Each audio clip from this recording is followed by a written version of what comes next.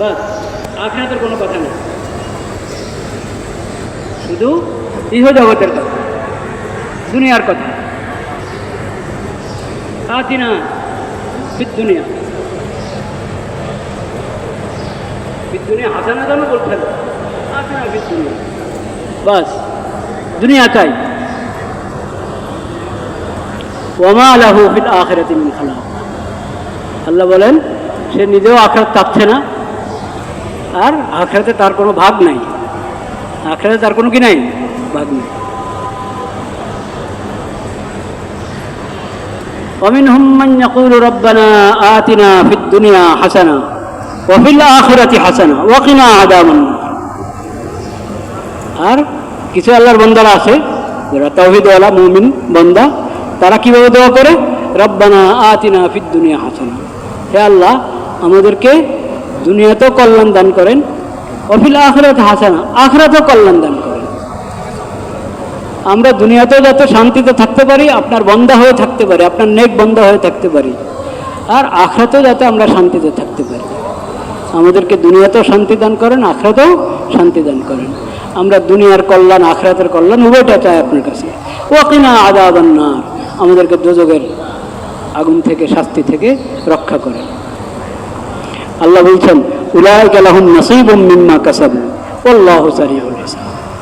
তো এরা তো চাচ্ছেই দোনো জগতের শান্তি, দোনো জগতের কল্যাণ তারা চাচ্ছে। তো তারা যেভাবে আমল করেছে ওইভাবে তারা, তাদের জন্য আখিরাতে হিস্সা থাকবে।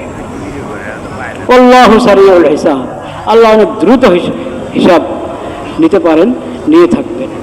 হিসাব নিতে সময় লাগবে না। কোটি কোটি মানুষের কিভাবে হিসাব নেবে? কে আল্লাহর কাছে শুধু দুনিয়া চাইছিল, আর কে দুনিয়া আখিরাত সব চেয়েছে। যে দুনিয়াতে থেকে আখিরাতের প্রস্তুতি গ্রহণ করেছে, এগুলো আল্লাহ সব জানা আছে, সব আল্লাহ দেখেন, সব জানেন। হিসাব নিতে আল্লাহর কোনো সময় লাগবে না। তো এটা হলো আমাদের মুমিন মুসলিম তার দোয়া। আমরা কি শুধু দুনিয়া চাই না দুনিয়া আখিরাত দুটোটা চাই? দুটোটা চাই। এবং আমাদের দুনিয়া কি শুধু দুনিয়ার জন্য না আখিরাতের প্রস্তুতির জন্য? আখিরাতের প্রস্তুতির জন্য। 10 নম্বর সূরা, সূরা ইউনুস, সূরা ইউনুসের 7 নম্বর আয়াত, 7-8 দুটি আয়াত। ইন্নাল্লাযীনা লা ইয়ারজুনা লিকাআনা ওয়া রাযু বিল হায়াতিদ দুনিয়া ওয়াতমাআন্নু বিহা ওয়াল্লাযীনা হুম আন আয়াতিনা গাফিলুন উলাইকা মাওয়াহুমুন নারু বিমা কানু ইয়াকসিবুন ইন্নাল্লাযীনা আমানু ওয়া আমিলুস সালিহাত ইয়াহদীহিম রাব্বুহুম বিঈমানিহিম তাজরি মিন তাহতিহিমুল আনহারু ফি জান্নাতিন নাঈম দাওয়াহুম ফিহা সুবহানাকাল্লাহুম্মা ওয়া তাহিয়্যতুহুম ফিহা সালাম ওয়া আখিরু দাওয়াহুম আনিল হামদুলিল্লাহি রাব্বিল আলামিন। 7 থেকে 10 নম্বর আয়াত পর্যন্ত তেলাওয়াত করলাম সূরা ইউনুসের 10 নম্বর সূরা। আল্লাহ রাব্বুল আলামিন বলেছেন, যাদের আমার সঙ্গে সাক্ষাতের কোনো আশা নাই, বিশ্বাস নেই, মনে করে যে দুনিয়ার জিন্দেগি শেষ, মৃত্যুর পরে আরেকটা জগৎ আছে, কবর থেকে সেটা শুরু হয়, হাসর, আল্লাহর দরবারে দাঁড়াতে হবে হিসাব দেওয়ার জন্য। এই বিশ্বাস যাদের নাই, বা বিশ্বাস আছে কিন্তু বিশ্বাসের মতো বিশ্বাস না, জানা আছে যে আরেকটা জগৎ আছে, কিন্তু সেই জগতের কোনো কি নেই, গুরুত্ব নেই। ওই জগতের জন্য প্রস্তুতি নিতে হবে, ওই জগৎকে গুরুত্ব দিতে হবে, এটার দাঁড় দাঁড়ে না। হয়তো জানে যে আরেকটা জগৎ আছে, কত মানুষ বলতেছে, হুজুররা বলতেছে, না হলে কি আর বলেনি? হ্যাঁ, আরেকটা জগৎ আছে, কিন্তু আছে যে ওটার জন্য আমাকে যে প্রস্তুতি গ্রহণ করতে হবে সেই ধারণা নেই। যাই হোক, আল্লাহ বলছেন যারা, শব্দটা এমন লা ইয়ারজুন, এটা দোনো বিষয়টার মধ্যে এসে যায়। ইন্নাল্লাযীনা লা ইয়ারজুনা লিকাআনা, আমার সামনে দাঁড়াতে হবে, আমার সঙ্গে সাক্ষাৎ হবে, এই বিশ্বাস নাই বা এই ধারণা নাই যাদের। ওয়ারাযু বিল হায়াতিদ দুনিয়া, দুনিয়া পেয়ে তারা সন্তুষ্ট, এই জগতেই তারা কি সন্তুষ্ট। ওয়াতমান্নু বিহা, একবারই শান্ত, বাস দুনিয়া ঠিক তো সব ঠিক, ইহ জগৎ আমার ঠিক আছে, তাইলে সব কি ঠিক, পর জগতের চিন্তা করার দরকার নেই। ওয়াতমান্নু বিহা, একবারই শান্ত স্থির। দুনিয়ার ভোগ বিলাসের উপরে সন্তুষ্ট হয়ে একবারে শান্ত হয়ে আছে, আখিরাতের কোনো ফিকির নেই। ওয়াল্লাযীনা হুম আন আয়াতিনা গাফিলুন, আল্লাহর দেওয়া নিদর্শন, আল্লাহর অবতীর্ণ করা কোরআনের আয়াত এবং সব জায়গায় আল্লাহ রাব্বুল আলামিন তার কুদরতের নিদর্শন, হেদায়েতের নিদর্শন স্থাপন করে রেখেছেন, ওগুলোর প্রতি কোনো গুরুত্ব নেই, খেয়াল নেই, উদাসীন। এদের ঠিকানা কি? আল্লাহ বলছেন উলাইকা মাওয়াহুমুন নারু বিমা কানু ইয়াকসিবুন, এদের ঠিকানা হলো জাহান্নাম। এদের ঠিকানা কি? জাহান্নাম। যা তারা কামাইছে দুনিয়াতে, ওটার ফল জাহান্নাম। কারণ আখিরাতের কোনো গুরুত্বই দেয়নি। আল্লাহর কাছে হিসাব দিতে হবে, আল্লাহর সামনে দাঁড়াইতে হবে, চিন্তাই করে নাই কোনোদিন। দুনিয়া নিয়ে এমন ব্যস্ত ছিল যে একবারে শান্ত, তাদের ঠিকানা জাহান্নাম। পক্ষান্তরে ইন্নাল্লাযীনা আমানু ওয়া আমিলুস সালিহাত ইয়াহদিহিম রাব্বুহুম বিঈমানিহিম তাজরি মিন তাহতিহিমুল আনহারু ফি জান্নাতিন নাঈম, আর যারা ঈমান এনেছে, নেক আমল করেছে, তাদের ঈমানের বরকতে আল্লাহ তাআলা তাদেরকে সঠিক রাস্তা দেখাবেন। ঈমান এনেছে, ঈমানের বরকতেই আল্লাহ তাআলা তাদেরকে সঠিক রাস্তা দেখাবেন, সফলতার রাস্তা দেখাবেন। ফলে দুনিয়াতে তারা আখিরাতের প্রস্তুতি গ্রহণ করবে, আর আখিরাতে গেলে জান্নাত পাবে। আখিরাতে গেলে কি পাবে? জান্নাত পাবে। তাজরি মিন তাহতিহিমুল আনহারু ফি জান্নাতিন নাঈম, আখিরাতে তাদের ঠিকানা হলো জান্নাত। দাওয়াহুম ফিহা সুবহানাকাল্লাহুম্মা ওয়া তাহিয়্যতুহুম ফিহা সালাম ওয়া আখিরু দাওয়াহুম আনিল হামদুলিল্লাহি রাব্বিল আলামিন। সেখানে আল্লাহর হামদ হবে, আল্লাহর তাসবিহ পাঠ করা হবে, আল্লাহর পক্ষ থেকে সালাম পেতে থাকবে মুমিনরা, সে জান্নাত। আল্লাহ তাআলা ভাগ করে দিয়েছেন। যার ফিকির শুধু ইহজগৎ, তার ঠিকানা কি?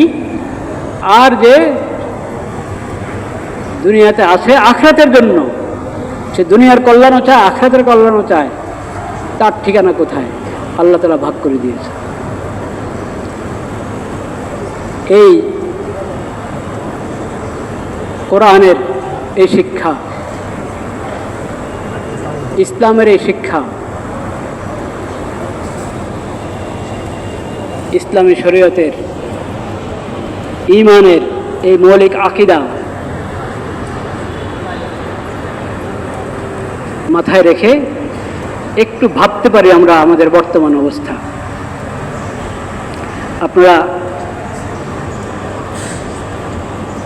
ইতিমধ্যে জানতে পেরেছেন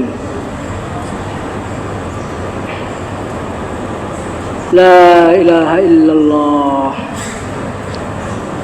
নারী বিষয়ক সংস্কার কমিশনের প্রতিবেদন জমা হয়েছে মাননীয় প্রধান উপদেষ্টার কাছে।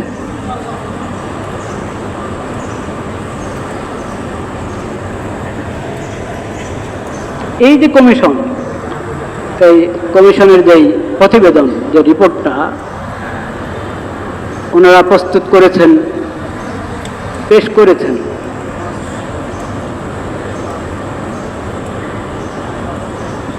একটা তো ধন্যবাদ পাওয়ার যোগ্য যে স্পষ্ট ভাষায় ওনারা যেটা পেশ করেছেন, স্পষ্ট ভাষায় এটা বলে দিয়েছেন যে, দেখেন 35 নম্বর পৃষ্ঠা এবং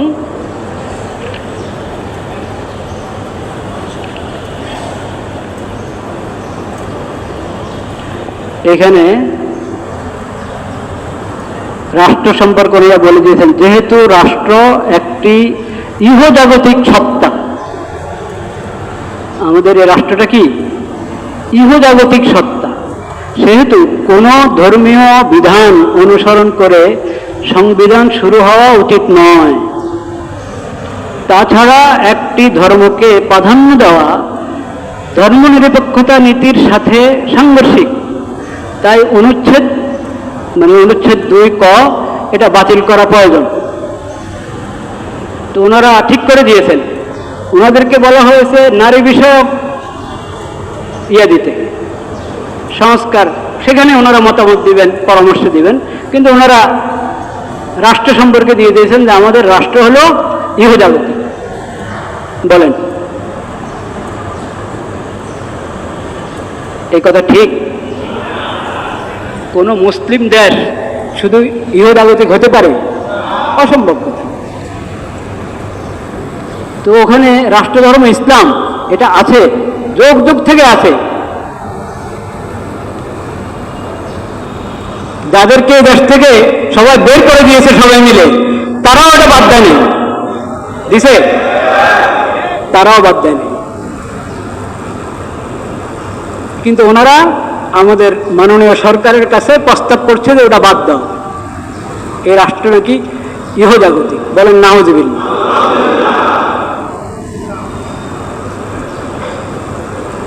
এই কথা আবারও বলেছে, এই কথা আপনার 240 নম্বর পৃষ্ঠা আছে।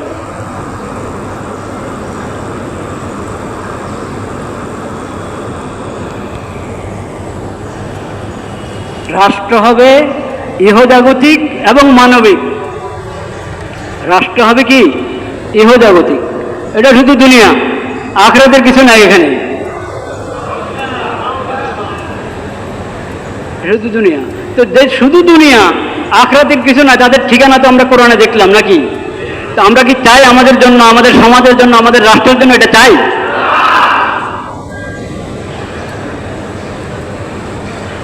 আরো বলছে কি মানবিক, যেটা শুধু ইহজাগতিক হয়, ওটা মানবিক হওয়া সম্ভব? মানবতা কোত্থেকে আসবে? মানবিক হতে হলে তো আখিরাতের ফিকির থাকতে হবে। আখিরাতের ফিকির, যার আখিরাতের ফিকির নাই সে কখনো মানবতা বাস্তবায়ন করতে কি পারে না, অসম্ভব। এই যে দুটো কথা একসাথে মিলাই দিল, রাষ্ট্র হবে ইহজাগতিক এবং মানবিক, এটা পরস্পর সাংঘর্ষিক কিনা? অমানবিক বলতে হবে। ইহজাগতিক হলে বলতে হবে কি অমানবিক। যদি মানবিক চাও তাহলে এটাকে আখিরাতমুখী বানাও, আল্লাহমুখী বানাও। বলো লাব্বাইক আল্লাহুম্মা লাব্বাইক, লাব্বাইক লা শারীকা লাকা লাব্বাইক, ইন্নাল হামদা ওয়ান নি'মাতা লাকা ওয়াল মুলক লা শারীকা লাক।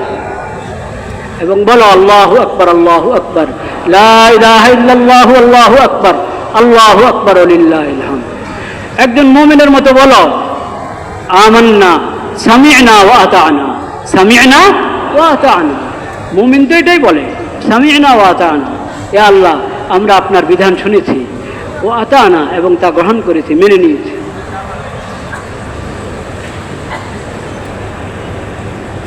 সেজন্য ওনারা কিন্তু সাফ করে বলে দিয়েছেন,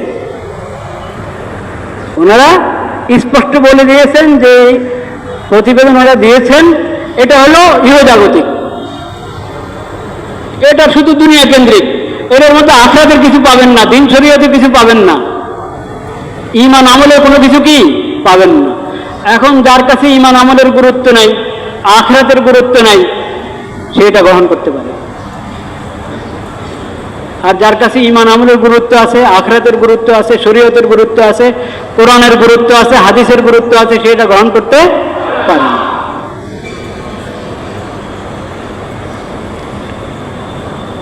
আমাদের মাননীয় প্রধান উপদেষ্টা নবী করিম সাল্লাল্লাহু আলাইহি ওয়াসাল্লামের সিরতের বিষয় একটা বার্তা দিয়েছিলেন, পড়ে থাকবেন আপনারা। আমি আমাদের মাননীয় সরকারকে অনুরোধ করব যে ওটা হলো সমাধান, ওটা হলো কি সমাধান।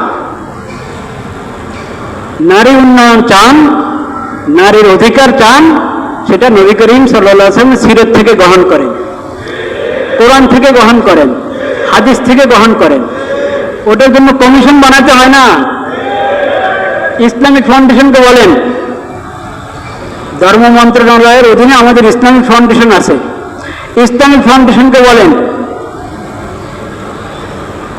ডিজি মহোদয়কে ইশারা করেন, শুধু ডিজি মহোদয়কে ইশারা করেন, আপনাকে পেশ করেন, বরং পেশ করা আছে ইসলামিক ফাউন্ডেশন থেকে সিরতের উপরে এবং নারী বিষয়ক, মহিলাদের বিষয়ে যাবতীয় বিধিবিধান বই আকারও ছাপা আছে এবং কোরআন সুন্নাহ থেকে, নবীজির সিরত থেকে যে কোনো সময় পেশ করে দেওয়া সম্ভব।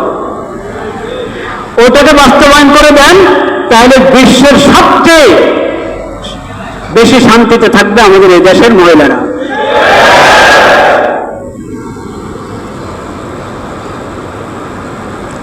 এটার জন্য কমিশন গঠন করবেন এমন লোকদেরকে দিয়ে যারা না জানে ইসলাম, না জানে নবীজির সিরত, না জানে স্বর্ণযুগের মহিলাদের ইতিহাস, এবং না জানে এই দেশের মানুষের মন মানুষ, কিচ্ছু বোঝে না। তারা ওগুলো পশ্চিমাদের থেকে ধার করে নিয়ে এসেছে সব। যে পশ্চিমাদের আখলাক, চরিত্র বলতে কোনো কিছু না, সব হারিয়ে তারা তাদের যে সামাজিক এবং পারিবারিক শান্তি কবে তারা হারিয়ে ফেলেছে। এটা তাদের গুরুরা বলে, তাদের গবেষকরা বলে। পশ্চিমাদের দাপট দেখে মানুষ মনে করে কি ওখান থেকে আমাদেরকে সবকিছু নিতে হবে। না না না, ওদের যে জাগতিক উন্নতি পশ্চিমাদের, ওটা কি কারণে, ওটা বিশ্লেষণ করেন আপনি, সেটা তাদের কাছ থেকে আপনাকে নিতে হবে না, আপনার কাছে আছে। আপনার কাছ থেকে নিয়ে ওটা তারা বাস্তবায়ন করেছে, ওইভাবে জাগতিক উন্নতি করছে তারা। আপনার ঘরেরটাই আপনি বাস্তবায়ন করেন, জাগতিক উন্নতি করতে পারবেন। ওদের জাগতিক উন্নতি দেখে এটা ভাববেন না যে বেহায়াপনার কারণে, অশ্লীলতার কারণে তারা উন্নতি করছে। ওদের যে জাহিলি সভ্যতা, ওটার কারণে তারা উন্নতি করছে, কখনো না। সুদের কারণে উন্নতি করছে তারা না, সেকুলারিজমের কারণে উন্নতি করছে, কখনো না। সেকুলারিজমের কারণে এবং সেকুলার শিক্ষা ব্যবস্থা, সেকুলার রাষ্ট্র ব্যবস্থা এবং নারী উন্নয়নের নামে যত বেহায়াপনা বিস্তার করছে, নিজেদের মধ্যে নিজেরা বরবাদ হয়ে এখন সবাইকে বরবাদ করতে চাচ্ছে, এগুলো দিয়ে পশ্চিমা বিশ্বের শক্তি না, এগুলো দিয়ে তাদের শক্তি না। তাদের যে সামরিক শক্তি দেখেন, তাদের দাপট দেখেন, এটা এগুলোর কারণে না, সেটা অন্য কারণে। সেটার কারণ দুইটা। এক কারণ হলো মুসলিম উম্মত ইসলামের শিক্ষা ছেড়ে দিয়েছে, এজন্য আল্লাহ তাআলা এদের শক্তি তাদেরকে দিয়ে দিয়েছে, এটা এক কারণ।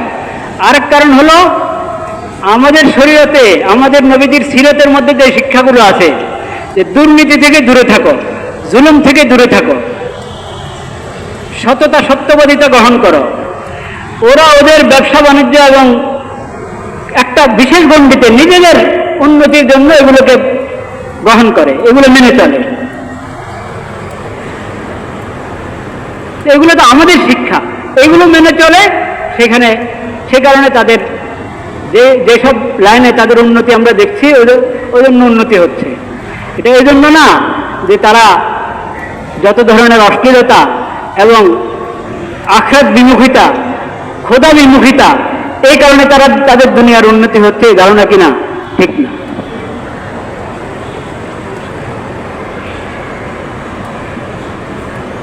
সেজন্য খোদাকে ওয়াস্তে, আল্লাহর ওয়াস্তে ওখান থেকে কোনো কিছু ধার নিতে না যাই আমরা। ওখান থেকে আমাদেরকে ধার নিতে হবে না। আমাদের নবীজির সিরাতের মধ্যে আছে, শরীয়তের মধ্যে আছে, ওটাকে গ্রহণ করতে হবে, এটা মনে রাখতে হবে। যদি আমরা এখানে ভুল করি, এই ধরনের অহেতুক জিনিস এবং আপনার কি ভাষা মন্তব্য করব, যাই হোক হালকা শব্দটা বললাম, এই ধরনের বেহুদা জিনিস যদি এ দেশে বাস্তবায়নের চিন্তা করা হয়, তাহলে এটা হবে সবচেয়ে বড় জুলুম, এবং এটা হবে সবচেয়ে বড় বেঈমানি, সবচেয়ে বড় খেয়ানত। জুলাই আগস্টের শহীদদের সাথে সবচেয়ে বড় গদ্দারি। কেন বললাম জুলাই আগস্টের কথাটা? এরা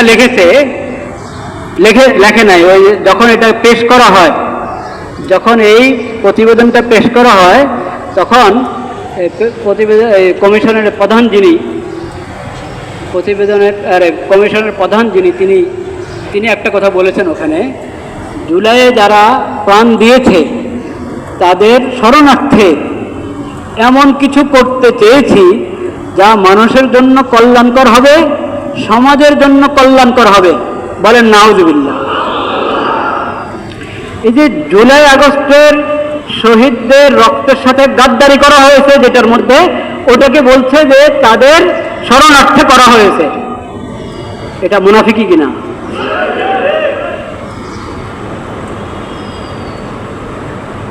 খবরদার, যেটা জুলাই আগস্টের শহীদদের সাথে তাদের রক্তের সাথে গাদ্দারি, সেটা তাদের স্মরণে করবেন।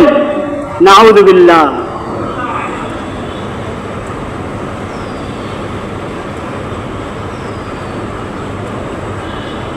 লা ইলাহা ইল্লাল্লাহ, লা ইলাহা ইল্লাল্লাহ, লা ইলাহা ইল্লাল্লাহ।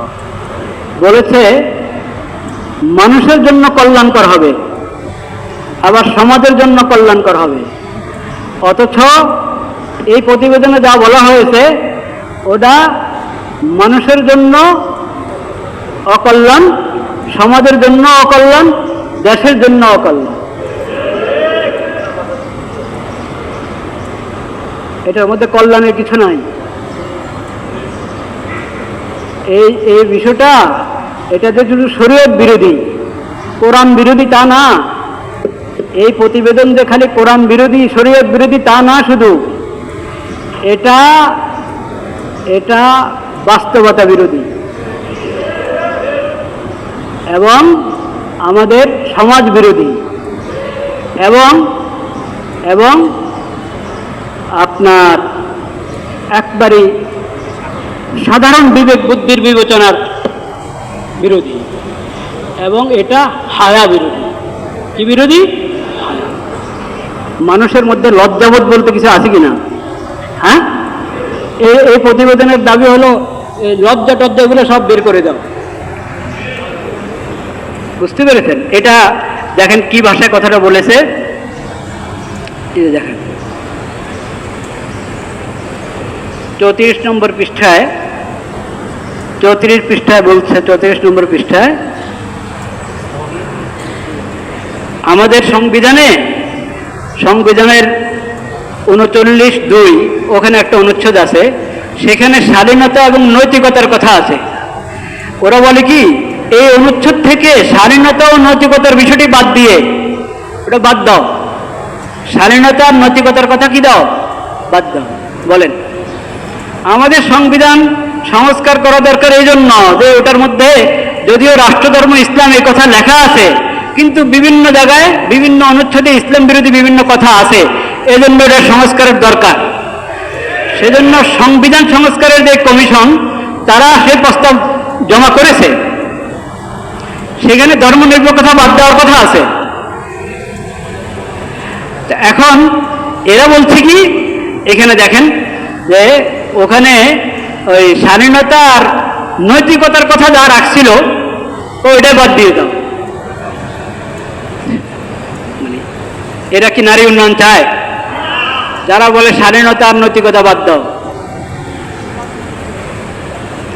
আরো বলেছে অস্পষ্ট কোনো ভাষা ব্যবহার করা যাবে না। 162 নম্বর পৃষ্ঠায় 162 নম্বর পৃষ্ঠায় এক জায়গায় বলেছে যে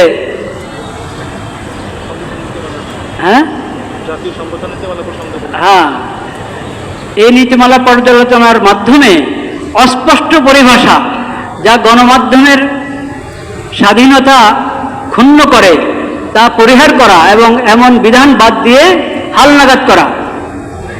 অস্পষ্ট অস্পষ্ট পরিভাষা যেমন নৈতিক অবক্ষয়, সুস্থ বিনোদন,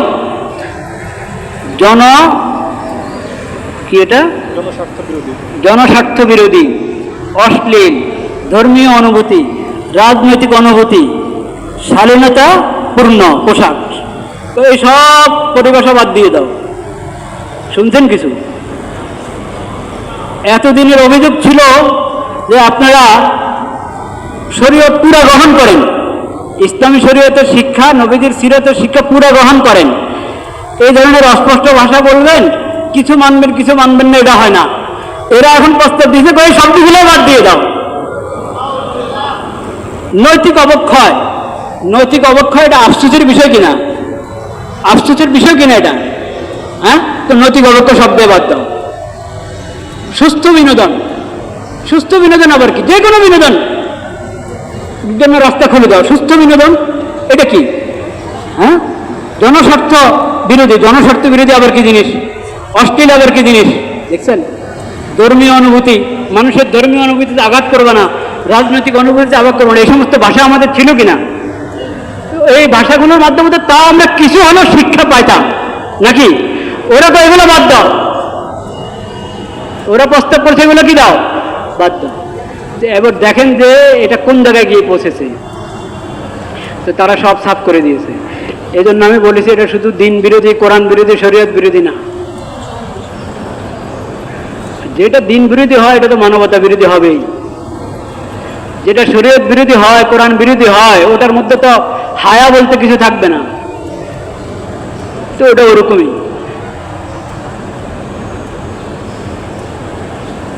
যেখানে শালীনতা নৈতিকতা বাদ দিতে বলে, আর এই হালকা হালকা জিনিস যেগুলো দিয়ে কোন রকম একটু আমাদের ঐতিহ্য ধরে রাখার চেষ্টা করা হচ্ছিল, সেই কথাগুলোকে বাদ দিতে বলছে, প্রস্তাব করছে। এটা বুঝেন যে এটা মানে কত কঠিন এবং কত দুর্গন্ধযুক্ত এই একটা প্রতিবেদন হয়েছে। এখন এই কথাগুলোর পর আর আবার কি আলাদা করে বলার দরকার আছে যে এটার কোন কোন অনুচ্ছেদগুলো, এই প্রতিবেদনের কোন কোন অনুচ্ছেদ কোরআন বিরোধী, হাদিস বিরোধী, শরীয়ত বিরোধী, আলাদা করে বলার দরকার আছে? ইসলামী শরীয়তে নেকাহ বিষয়ক, তালাক বিষয়ক, মিরাজ বিষয়ক, নসব বিষয়ক, বংশ, হিজানা, সন্তান পালন বিষয়ক যাবতীয় যত বিধান আছে ওরা বলছে সব বাদ দাও। খালি ইসলাম ধর্ম না, আরো যত ধর্ম আছে সব ধর্মগুলো বাদ দিয়ে নতুন করে সবার জন্য একটা নিয়ম বানাও। তো আপনাকে কি নিয়ম বানাবার জন্য, শরীয়ত বানাবার জন্য দিয়েছে দায়িত্ব? কেউ শরীয়ত বানাবার জন্য এদেরকে দায়িত্ব দেওয়া হয়েছিল, তো এরা শরীয়ত বানাচ্ছে কেন? এদেরকে দায়িত্ব দিয়েছে হলো, দেখেন যখন এটা মুসলিম দেশ, তো এখানে ইসলামের মধ্যে যা হেদায়েত দেওয়া আছে ওটা তো আছে, শরীয়তে যা আছে তা তো আছে, তোমার সংস্কার হবে এর বাইরে। এর কি? ইসলামী শরীয়তের যাবতীয় যা বিধান, ওই বিধানের বাইরে ব্যবস্থাপনাগত বিষয় যেগুলো আছে ওগুলোর ব্যাপারে এবং ইসলামী বিধানগুলো কিভাবে বাস্তবায়ন করা যায় সেই ব্যাপারে আপনি দিবেন প্রতিবেদন। আপনাকে শরীয়ত বানাতে তো জানি, আপনাকে এই কথা বলতে হবে না হিন্দুরা হিন্দু ধর্ম বাদ দিবে, খ্রিস্টানরা খ্রিস্টান ধর্ম বাদ দিবে, ওগুলো বলার জন্য এবং যৌনকর্মীদেরকে ওইভাবে প্রতিষ্ঠা করার জন্য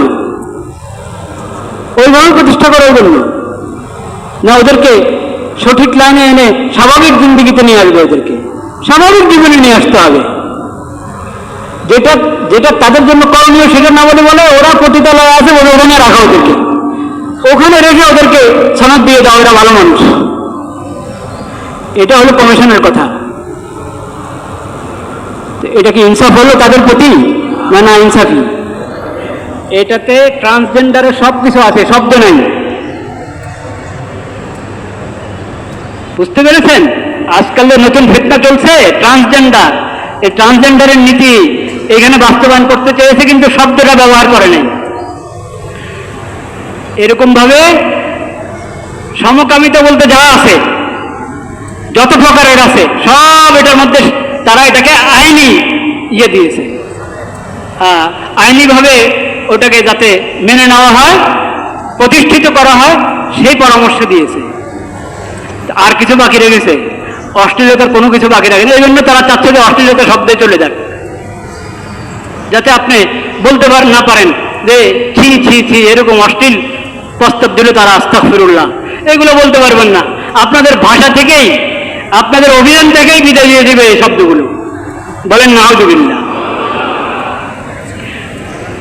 মানে পুরা ইসলামী শরীয়তের বিপরীতে একটা জিনিস দাঁড় করিয়ে দিয়েছে এখানে।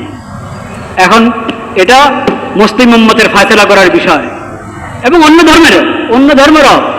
ধর্ম ওই আল্লাহর কাছে ধর্ম শুধু ইসলাম, কিন্তু অন্য ধর্ম তাদের ধর্ম তারা পালন করে, তো তাদের ধর্মের জন্য বলছে তোমাদের ধর্ম না, এখানে যে নীতিমালা দিবে, যুগোপযোগী নীতিমালা তোমাদের জন্য বানায় দিবে, সেটা তোমরা মানো। তো এটা অন্য ধর্ম হলে কি করবে না করবে, তারা তাদেরটা বোঝে যে ধর্মেরও গোড়া নেই, যেটা হক না, তারা তো কত কি করতে পারে, সন্ধি করতে পারে, কত কি কনফার্মাইজ করতে পারে, সমঝোতা করতে পারে, কত সমঝোতা করতে পারে। কিন্তু মুসলিম উম্মতের জন্য সমঝোতা করার উপায় আছে যে কোরআনের এই বিধানগুলো আমরা পশ্চিমাদের খাতিরে বাদ দিয়ে দিব, শরীয়তের এই বিধানগুলো পশ্চিমাদের খাতিরে বাদ দিয়ে দিব, এটা সম্ভব? কখনো সম্ভব না। কাজেই ঠান্ডা মাথায় আমাদেরকে ভাবতে হবে, তাওহীদের এই জমিনে এই ধরনের এই নীতিমালা এবং এই ধরনের কোন নীতিমালা বাস্তবায়ন করা সম্ভব নয়। এটা দেশের জন্য হুমকি, এবং আমাদের সরকার, আমরা তাদের জন্য দোয়া করি, আল্লাহ তাদের হাত শক্ত করে দেন কল্যাণের জন্য। কিসের জন্য? কল্যাণের জন্য। সমস্ত অকল্যাণ থেকে আল্লাহ তাদেরকে হেফাজত করেন। এই ধরনের বিষয়গুলো উপস্থাপন করা এবং এগুলো বাস্তবায়নের চিন্তা থেকে আল্লাহ তাআলা তাদের সবাইকে দূরে রাখেন, এবং এটা অনুভব করার তৌফিক দান করেন যে এটা বাস্তবায়ন করার চিন্তা করতে গেলেই আত্মঘাতী হবে। বাস ভাই, বলার আরো অনেক কিছু আছে, এতটুকু আমি শেষ করলাম। আল্লাহ তাআলা আমাদেরকে হেফাজত করেন। ওয়া আখিরু দাওয়ানা আলহামদুলিল্লাহ।